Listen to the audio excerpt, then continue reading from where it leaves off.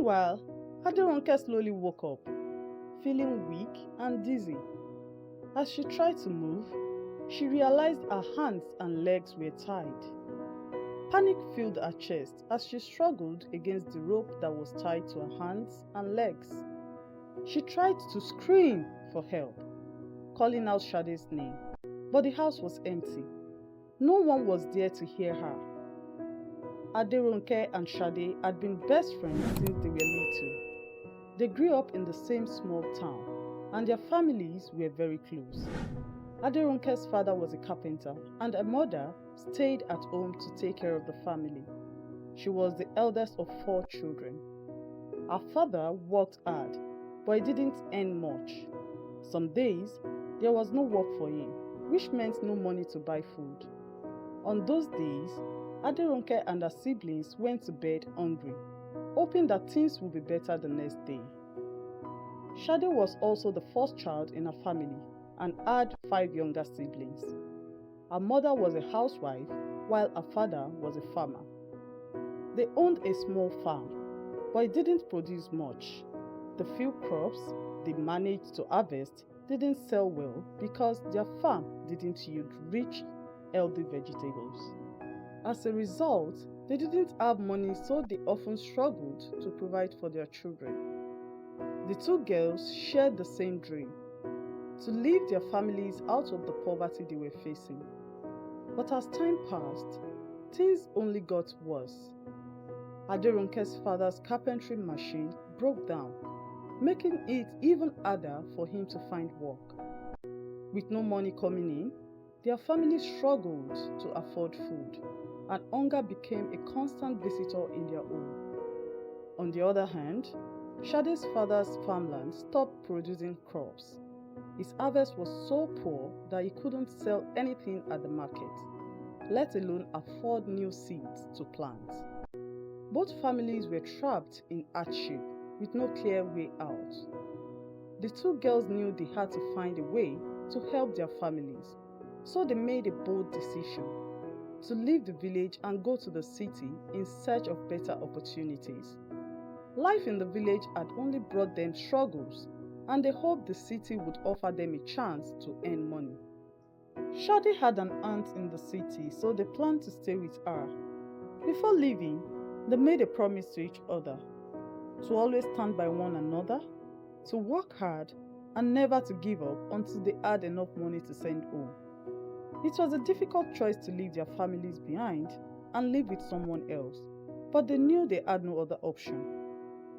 When they finally arrived in a nursery, a large and bustling city, they felt a mix of fear and excitement.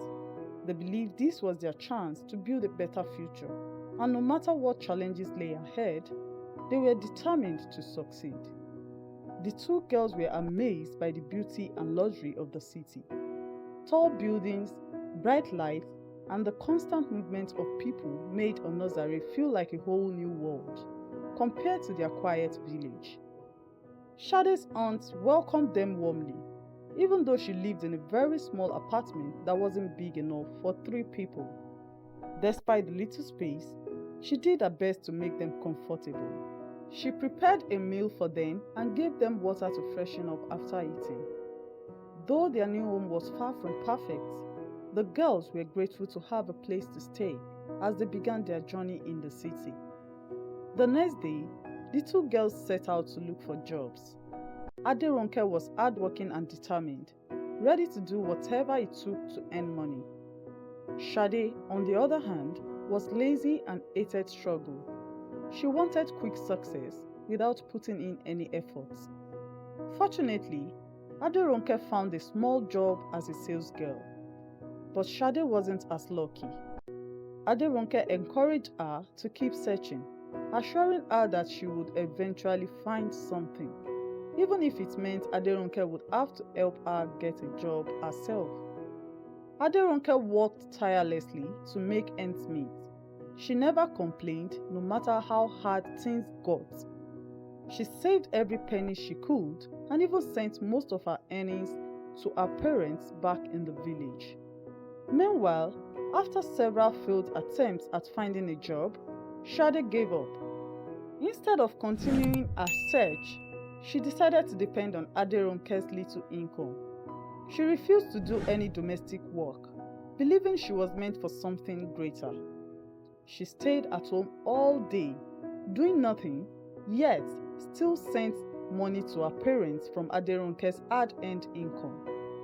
Aderonke never complained about giving Sade part of her earnings. She was a generous person and felt bad that Sade had tried to find a job but couldn't, while she had been lucky enough to get one. To her, it was only fair to share what she had. She worked diligently at the sales shop, and her hard work paid off. She earned a promotion and her salary increased. With her extra earnings, she was able to buy a small phone for herself and Sade so they could stay in touch. Despite her growing responsibilities, she never stopped sending money to both her parents and Sade's parents, ensuring that their families had something to survive on. One day, Aderonke got an opportunity that could change her life forever. A wealthy businesswoman, Mrs. Adeyemi, and her son walked into the store where Aderonke worked. Mrs. Adeyemi was immediately impressed by Aderonke's humility, dedication, and respectful attitude. As the woman shopped, Aderonke walked beside her, patiently explaining the use of different items in the store.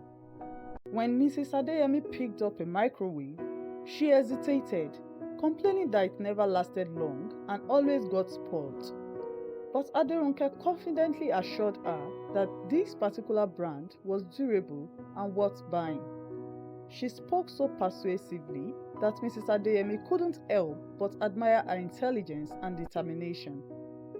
Mrs. Adeyemi even told her that if the microwave eventually had a fault, she would return it, and Aderonke told her no problem. Right there, Mrs. Adeyemi thought to herself that such talent shouldn't be wasted in a small sales shop. Without hesitation, she offered Aderonke a job as her assistant with a promise of proper training, opportunities to travel, and a chance to build a successful career in the corporate world. She told Aderonke that the job application would take place in 2 weeks and gave her a contact number, instructing her to send the message so she could send the work address and the list of the necessary documents to bring along. Aderonke was very joyful and thanked Mrs. Adeyemi as well as her son. She was overjoyed. That night, she shared the good news with Sade and Sade's aunt. Sade's aunt was happy for her, while Sade pretended to be happy. But deep inside, Sade was burning with envy. She had always felt like she was better than Aderonke, yet Aderonke was the one getting all the opportunities. During the 2 weeks leading up to the job application, Aderonke focused on preparing herself. She gathered all the necessary documents, practiced how she would introduce herself, and rehearsed answers in case she was asked any questions about her skills and experience. She wanted everything to be perfect, but while Aderonke was working hard for her future, Sade was making a dangerous decision. She couldn't stand the thought of Aderonke getting ahead of her. She had always believed she was the one destined for success. Yet Aderonke was the one receiving all the opportunities. She refused to let that happen. The night before Aderonke's first day at work, Sade's aunt had to leave for an overnight job, leaving just the two girls at home. That evening, Aderonke received an email confirming the address for her job application. Excited, she showed it to Sade, unable to contain her joy. As always, Sade pretended to be happy for her, smiling and nodding as if she truly cared. A wicked plan formed in Sade's mind. She went out and bought a drink, pretending that she wanted them to celebrate the happy moment. Pouring the drink into a cup, she secretly added a sleeping tablet, ensuring that Aderonke would wake up late the next morning. Then, with a bright smile, she handed the cup to Aderonke, raising a toast to her bright future. On the morning Aderonke was supposed to meet Mrs. Adeyemi, Sade woke up early. her heart pounding with determination. She glanced at Aderonke, who was still in a deep sleep, completely unaware of what was about to happen. The sleeping tablet had worked perfectly. Without hesitation, Sade did something unthinkable. She quickly tied Aderonke's hands and legs, making sure she wouldn't be able to move when she finally woke up. Then, she took Aderonke's clothes, stole all her documents, and even removed her phone's SIM card, ensuring that she couldn't contact anyone. Satisfied with her work, Sade dressed up to look exactly like Aderonke. She put on the stolen clothes, held the documents tightly, and confidently left the house.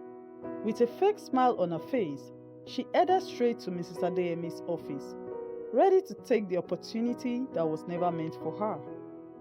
Mrs. Adeyemi welcomed Sade warmly, but as soon as she looked at her, she felt something was off. Aderonke looked slightly different from how she remembered. There was something about her face, her posture, something that didn't sit right. Sade immediately noticed the suspicion in Mrs. Adeyemi's eyes. Thinking quickly, she smiled and explained that she looked different because she had applied makeup that morning. She laughed lightly, acting as if it was nothing serious. Mrs. Adeyemi hesitated for a moment, but eventually nodded, accepting the explanation. Believing she was speaking to the same hardworking girl she had met at the store, Mrs. Adeyemi proceeded with the job application. She asked Sade for all the necessary documents since there were no official records of Aderonke yet. Then, she began asking her a few questions, eager to learn more about her background. Sade played her role perfectly. She spoke humbly, nodded at the right times, and confidently repeated the same things Aderonke had practiced over the past 2 weeks. She had paid close attention to every detail Aderonke shared and now used it to deceive Mrs. Adeyemi. By the end of the meeting, Mrs. Adeyemi was fully convinced that she had made the right choice. Impressed by Aderonke's dedication and potential, she gave Sade an advance salary, provided her with a new place to stay, and even promised to introduce her to top business executives who could help shape her career. Before Sade left, Mrs. Adeyemi told her that she would properly introduce Sade to her son when he returned from his trip. Everything had worked out exactly as Sade had planned, and now she had stolen the life that was meant for Aderonke. Meanwhile, Aderonke slowly woke up, feeling weak and dizzy. As she tried to move, she realized her hands and legs were tied. Panic filled her chest as she struggled against the rope that was tied to her hands and legs. She tried to scream for help, calling out Sade's name, but the house was empty. No one was there to hear her. For 30 long minutes, she remained trapped, her mind racing with confusion and fear. Then, she suddenly heard the sound of the door opening, and she became relieved as Sade's aunt walked in. The woman's eyes widened in shock when she saw Aderonke tied up on the floor. Rushing to her side, she quickly untied her, asking in a worried tone what had happened. But Aderonke was too confused to respond, and she began to wonder why she had been tied up. Where was Sade? Why was this happening?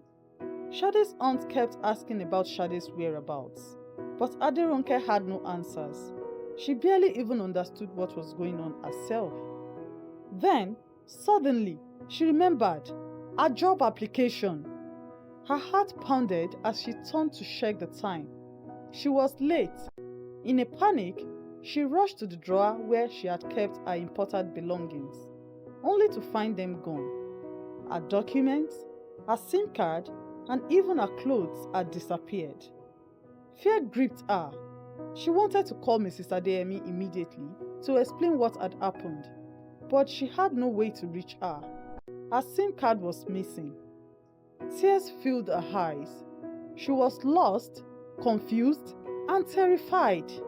Something terrible had happened, and deep down, She feared she already knew who was responsible. Suddenly, Aderonke realized the truth. Sade had betrayed her. She searched everywhere for her but couldn't find her. She and Sade's aunt waited for a week, hoping Sade would return, but she never did. Aderonke was heartbroken and cried for hours, feeling completely lost. Meanwhile, Sade was enjoying the life that was meant for Aderonke. She attended important meetings, traveled for work, and lived in comfort. But despite all her success, she was never truly happy. She cut off all contact with Aderonke and her aunt and didn't even send any money to her parents. Sade knew that Aderonke was out there, suffering because of what she had done, but she chose to ignore it, focusing instead on living the life she had stolen. Meanwhile, Aderonke was struggling to survive. She was back to her old job, but things were not the same. She wasn't performing well and, after some time, she was fired. She had lost everything: her job, her friend, and the one opportunity that could have changed her life. She had no one to turn to, no one to explain her situation to. She felt completely alone. One evening, Mrs. Adeyemi hosted a grand party for the biggest business leaders in the city. The event was widely advertised, appearing on billboards and news stations everywhere. Sade, still pretending to be Aderonke, attended the party. She enjoyed her life knowing that Aderonke couldn't find her. At the same time, Aderonke had reached her limits. She was tired of hiding and tired of suffering. She saw the advertisement for the party on the television, and that night, she made a bold decision. She was going to the party to expose Sade. She had no invitation, no fancy dress, nothing. But she had the truth, and that was all she needed. When she arrived at the venue, the security guards refused to let her in. She tried to plead with them, but they didn't listen. Just as she was about to give up and leave, something unexpected happened. Mrs. Adeyemi's son, Tunde, had just arrived from his travels and was standing near the entrance. His eyes fell on Aderonke, and he frowned in confusion. She looked so familiar. Wasn't this his mother's assistant? But why did she look so unkempt? He wondered. His mother told him that she had employed her while he was away. He had met Aderonke before, back when she was still working at the store. But if this was the real Aderonke, then who was the woman inside? His curiosity got the best of him, and he decided to bring her in. Inside the party, Sade was living her best life, laughing and enjoying herself. But suddenly, she felt a light tap on her shoulder. She turned around and froze. Aderonke stood right in front of Sade, looking straight at her. Sade's heart pounded as she was scared. Everything happened so fast. Sunday immediately called his mother's attention to the scene. Mrs. Adeyemi, confused by the commotion, walked over and demanded an explanation. Without hesitation, Aderonke told her everything. How Sade had stolen her documents, pretended to be her, and taken the job that was meant for her. Sade, desperate to save herself, denied everything. She insisted that Aderonke was lying and that she was the real person Mrs. Adeyemi had met at the store. To settle the matter, Mrs. Adeyemi decided to test them. She asked a simple question. What was the name of the product I wanted to buy but wasn't sure about? And I said I would return it if it became faulty. Sade was asked to answer first. Nervously, she blotted out the wrong product name. Then, Aderonke spoke with confidence. Microwave. The room fell silent. That was the correct answer. Everyone immediately realized the truth. Sade had stolen Aderonke's life. Mrs. Adeyemi was furious. Without wasting time, She fired Sade on the spot and ordered security to remove her from the event. But the worst punishment wasn't losing the job. It was the shame. Sade had built a life on lies, and now, in front of the city's most important people, she was exposed. As she walked out in disgrace, Aderonke stood tall. She had lost everything before, but now she has regained her dignity. Mrs. Adeyemi felt terrible about what had happened and apologized to Aderonke. She promised to make things right. Without hesitation, she gave Aderonke the job that was rightfully hers and even helped her start afresh. With her new job, Aderonke was able to change her life. She worked hard and, before long, she was able to bring her family from the village to live with her so they could have a better life. As for Sade, her greed and jealousy had cost her everything. She had nowhere to go, so she returned to her aunt's place. But this time, her aunt refused to take her in and sent her back to the village. Sade was filled with regret, but it was too late. Aderonke learned an important lesson. Not everyone who calls themselves a friend truly wishes you well.